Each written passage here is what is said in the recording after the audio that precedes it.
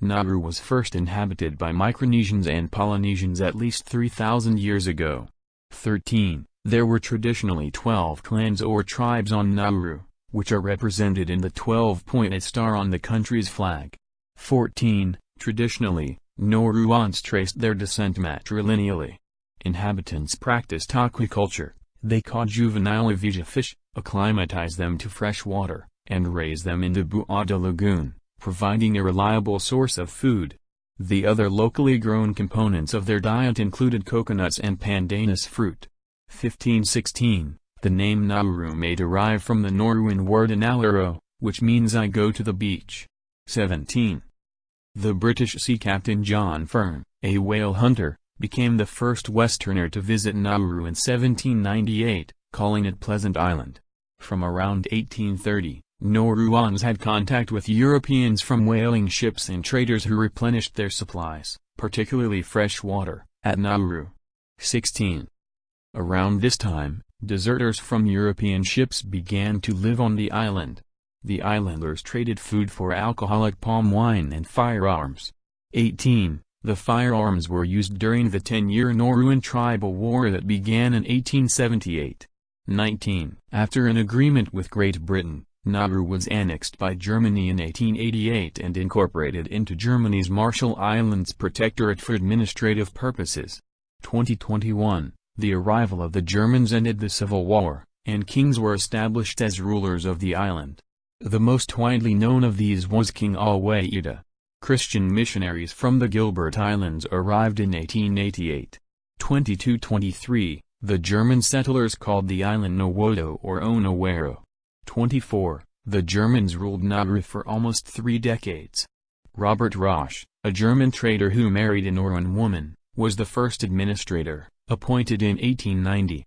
22. Phosphate was discovered on Nauru in 1900 by the prospector Albert Fuller Ellis. 21. The Pacific Phosphate Company began to exploit their reserves in 1906 by agreement with Germany, exporting its first shipment in 1907. 25. In 1914, following the outbreak of World War I, Nauru was captured by Australian troops. In 1919 it was agreed by the Allied and Associated Powers that His Britannic Majesty should be the administering authority under a League of Nations mandate. The Nauru Island Agreement made in 1919 between the governments of the United Kingdom, Australia and New Zealand provided for the administration of the island and for working of the phosphate deposits by an Intergovernmental British Phosphate Commission, BPC. 2026, the terms of the League of Nations mandate were drawn up in 1920. 2027, the island experienced an influenza epidemic in 1920, with a mortality rate of 18% among native Nauruans. 28. In 1923, the League of Nations gave Australia a trustee mandate over Nauru, with the United Kingdom and New Zealand as co-trustees. 29. On 6 and December 7, 1940, the German auxiliary cruisers Comet and Orion sank 5 supply ships in the vicinity of Nauru. Comet then shelled Nauru's phosphate mining areas, oil storage depots, and the shiploading cantilever. 30-31. Japanese troops occupied Nauru on August 25, 1942. 31. The Japanese built an airfield which was bombed for the first time on March 25, 1943, preventing food supplies from being flown to Nauru. The Japanese deported 1,200 Nauruans to work as laborers in the Chuuk Islands.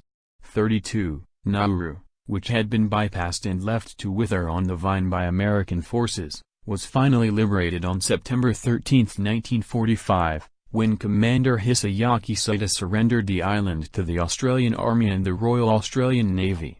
33. This surrender was accepted by Brigadier J.R. Stevenson, who represented Lieutenant General Vernon Sturdy, the commander of the 1st Australian Army, on board the warship HMAS Diamantina. Arrangements were made to repatriate from Chuuk the 737 Nauruans who survived Japanese captivity there. They were returned to Nauru by the BPC ship Trienza in January 1946. In 1947, a trusteeship was established by the United Nations, with Australia, New Zealand, and the United Kingdom as trustees. Under those arrangements, the UK, Australia and New Zealand were a joint administering authority. The Nauru Island Agreement provided for the first administrator to be appointed by Australia for 5 years, leaving subsequent appointments to be decided by the three governments. However, in practice, administrative power was exercised by Australia alone. Nauru became self-governing in January 1966, and following a 2-year constitutional convention it became independent in 1968 under founding President Hamid Robert. In 1967, the people of Nauru purchased the assets of the British Phosphate Commissioners, and in June 1970 control passed to the locally owned Nauru Phosphate Corporation. Income from the mines gave Nauruans one of the highest standards of living in the Pacific. In 1989, Nauru took legal action against Australia in the International Court of Justice over Australia's administration of the island, in particular Australia's failure to remedy the environmental damage caused by phosphate mining. Certain phosphate lands, Nauru v. Australia led to an out-of-court settlement to rehabilitate the mined-out areas of Nauru.